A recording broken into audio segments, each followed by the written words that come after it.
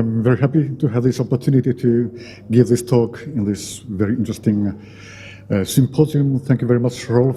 It's great to be in Hamburg again. We have many, many nice memories related to summer schools and so on. A few words about my background. It may explain something. I have been very interested in ethnomusicological topics, but actually I'm a professor in music education. And because of my interest in multicultural music education, I had a possibility to collaborate with South African colleagues. And there was one colleague I met in ISCEA conference in 1999. And we decided to continue our collaboration. And I invited him to come to Finland, and he invited me to come back to South Africa, and so we continued, and we still continue, and it was great. He was doctorated in my university a couple of months ago.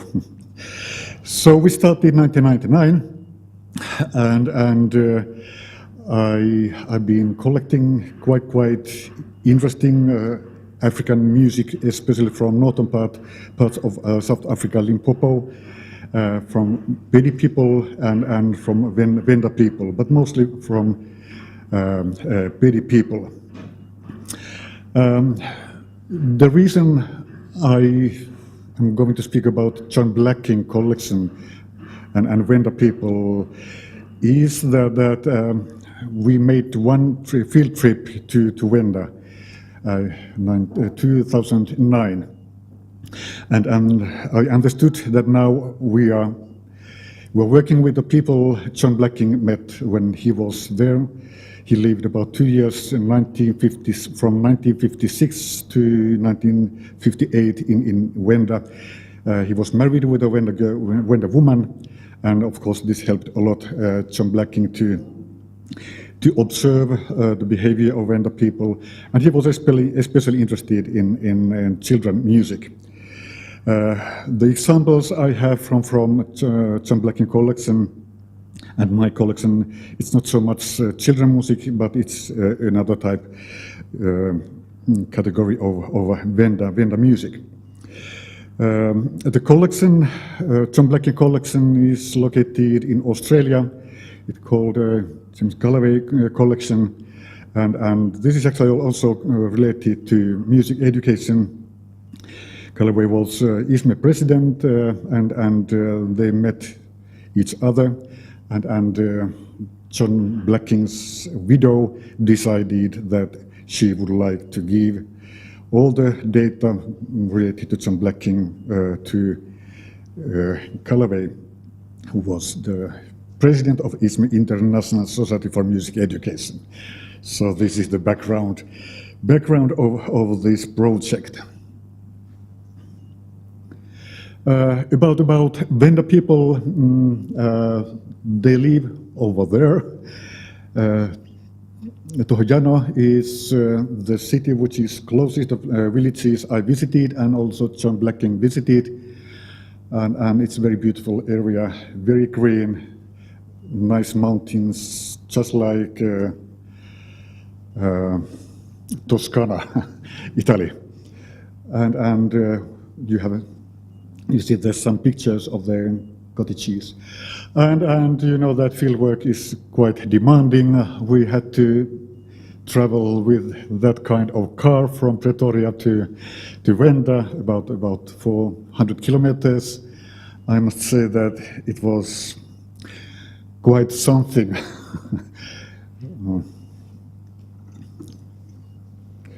Okay, the sound black, the cable. So sometimes we forget that making this kind of field work, archives are based, is quite demanding. It can be dangerous. You may have healthy problems, and many strange things will happen, for sure. On the left side, you have one video clip from 56 collection, and on the right side is is a picture from collection in Jyväskylä.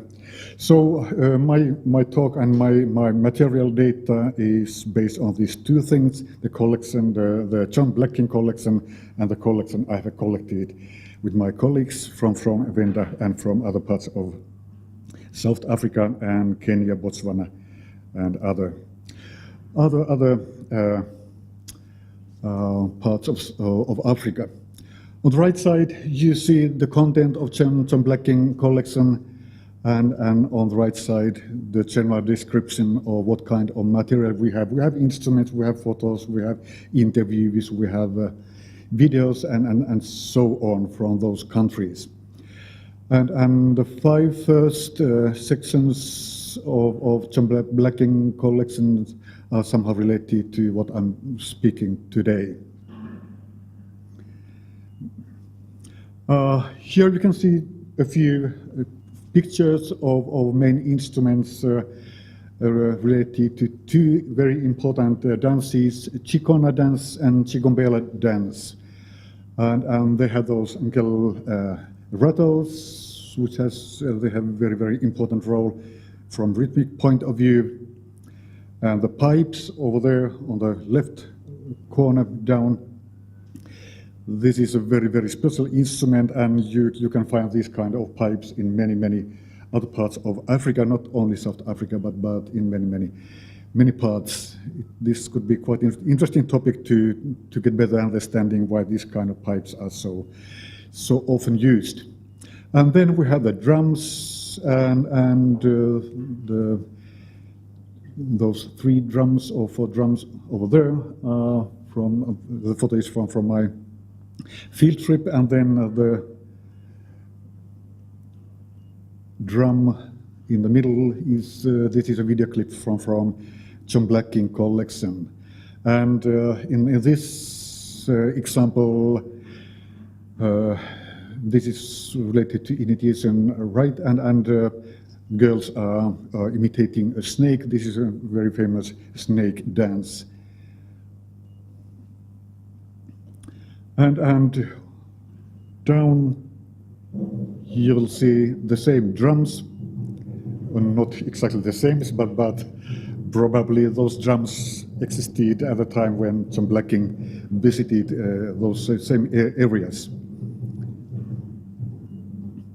On the right side, you can see the closet dressing of the people, and what I did, I tried to see what kind of changes has happened between the time of John Blacking and 2009.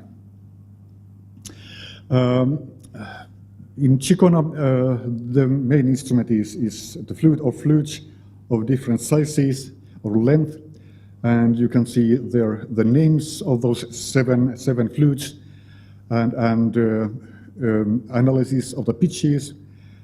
And you can see that this is Phrygian scale.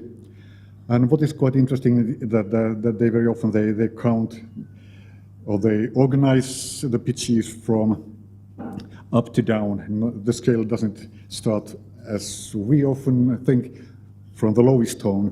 But in any case, this is not the key point. What I did, I tried to analyze the pitches, and this is what we did. These are those 7 tones, and then of course the number of flutes are much bigger because they have those small pitches, small flutes as well, which are 2 octaves higher. Let's listen again to the scale.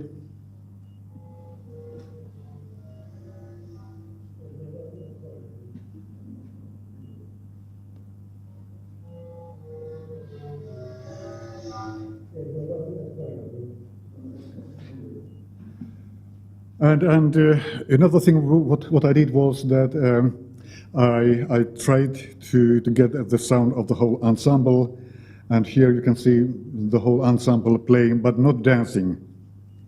And by doing like this, it was possible to go around the group and take sound examples.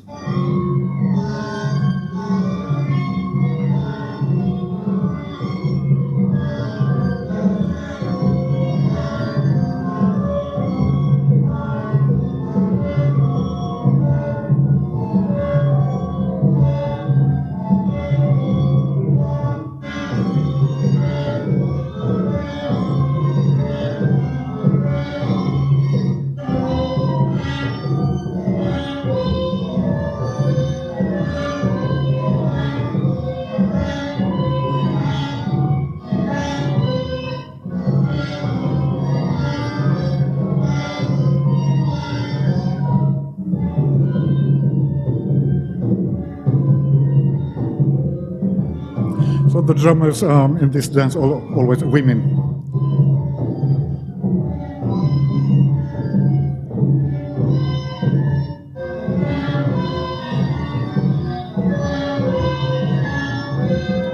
So every player or dancer, they have one flute and they must know exactly when to blow.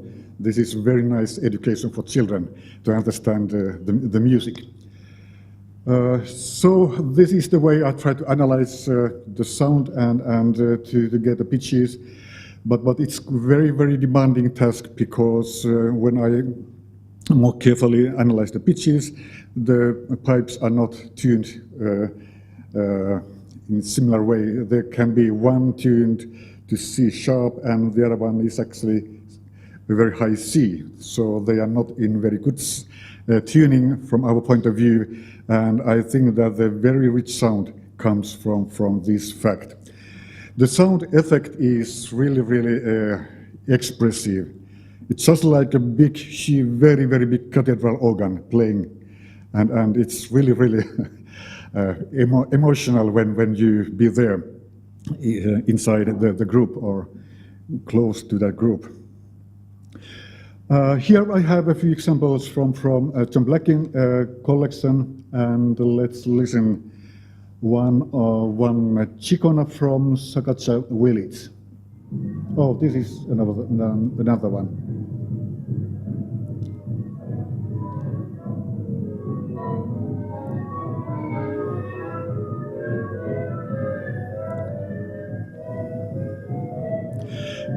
What John Blacking tried to do here was that he tried to get the pitch of different size of pipes, and this is the reason why you hear sometimes certain pipes and not the other pipes very well. Now the low ones. So this is in principle the same what I did in Venda with the group.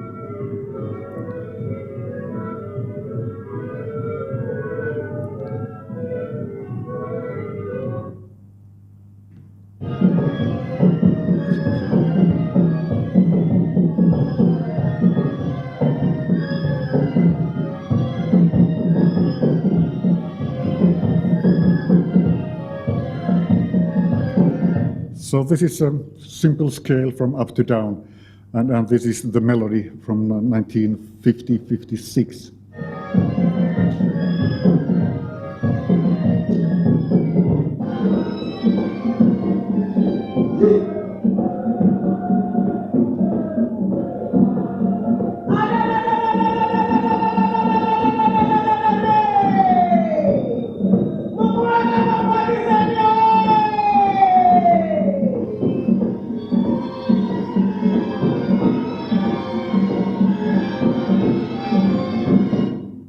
And this example comes from 2009.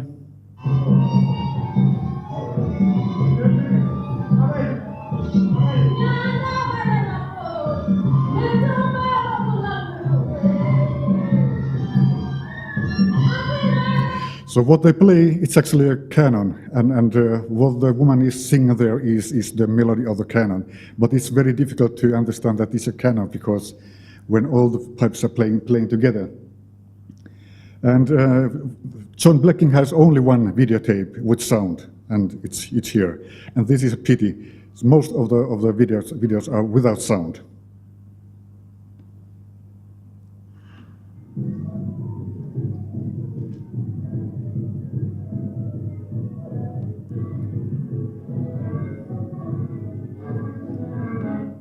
And this is another chikona.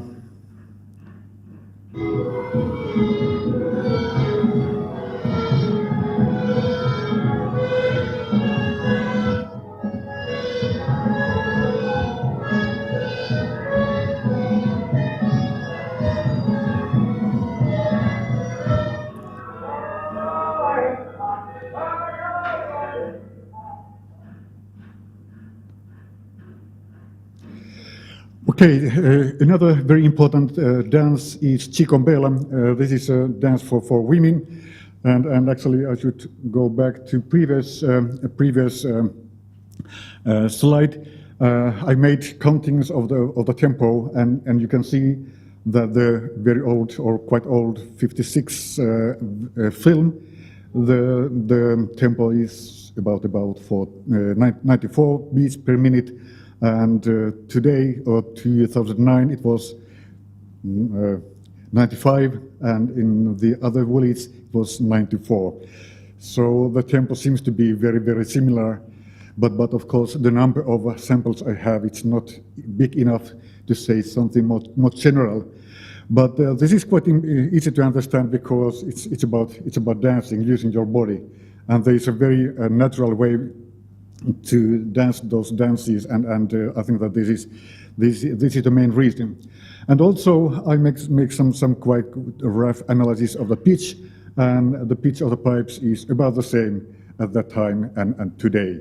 So then, of course, that's also quite easy to understand because you have those concrete pipes perhaps surviving, and you can just use one pipe as a model and make a new one. So the pitch can remain the same. So the tempo is about the same, the pitch is about the same, and if you think about the drums, the drumming, it's about the same, the drums are the same, the clothes, dressing is very similar, but in the Chicombela we can look at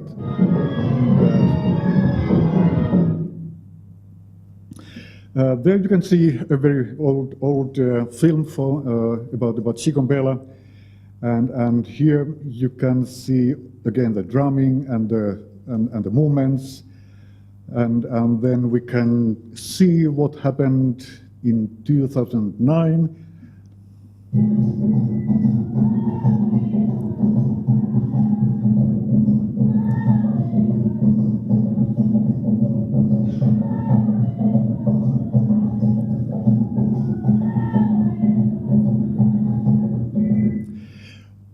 When we went to the village and we saw the Stetson or cowboy hats, we were quite surprised, and we thought that this must be something very, very new. And we asked the reason why you have these hats, and they said that we just like those hats. There's no other reason.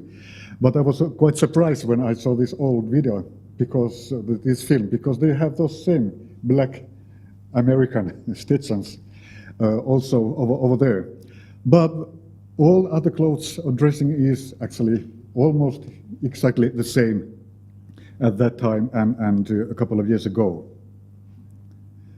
And what comes to the tempo, it's not so easy to get the tempo from the film without sound. But if you think about the movements, the speed seems to be very, very similar. And the movements are very, very same in 1956 and 2009.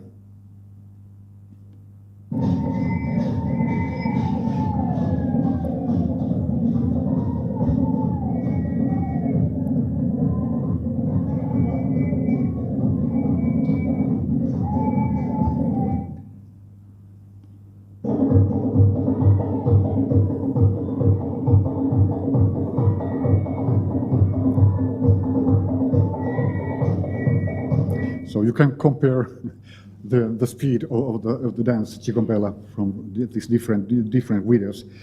These examples are from different villages, and you can again see that the tempo is quite similar, not exactly, but quite close. Okay, so these were the examples of John Blacking collection and from Jyväskylä collection, and just a few words about archiving. because that's the key topic of this symposium. The idea we had was to start using the so-called iWatch system. I don't know if somebody of you are using the system, but the person in charge of this project moved to another country, and now there's no progress at the moment. But the basic idea is that we would like to upload the whole data to iWatch or similar system, which means that we can give tickets to you, so you can visit 1 day, 1 hour, 1 week, 1 month, or you can have a permanent access to our material. And everything what is done to the data is written down to the metadata. So this is the dream I have at the moment, that someday I could share the material with everybody, somebody interested in the data. But at the moment we have a quite simple hierarchical system.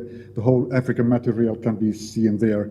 We have material from Botswana, Kenya, South Africa, Cape Town, Gauteng, Limpopo, and so on. So I'm happy that the data is safe now, and everybody can have access to this data if somebody wants, but it's a bit more complicated compared to iWatch, which I hope we someday will have. And what we have in the metadata, we tried to describe quite carefully the names of the instruments, the coordinates of the village, and everything we believe might be of interest. And of course, then somebody can enjoy of having this data and make some analysis. This is quite special thing. I think that this is the only notation of Chicona music, and this is absolutely almost impossible task to notate.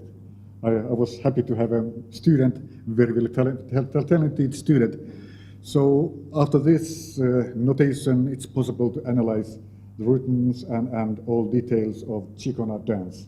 And I think that this is the only in the universe at the moment. So as a summary about the changes in 60 years, reed pipe materials are nowadays a bit different. They are made also from plastic and metal.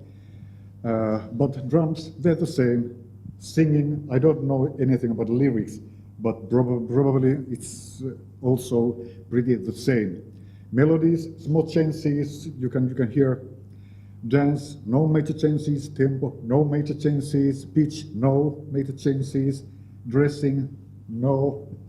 So the overall answer about the changes is that the Chicona and Chicombella dance are today very similar. They were at the time of John Black King. But the function of music is perhaps a bit different. Now they have quite many groups performing for tourists and earning money.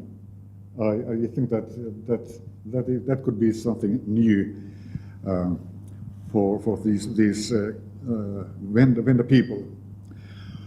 But then, as a summary, what are the challenges related to archiving? Our challenge is that we have not enough human resources to do the work.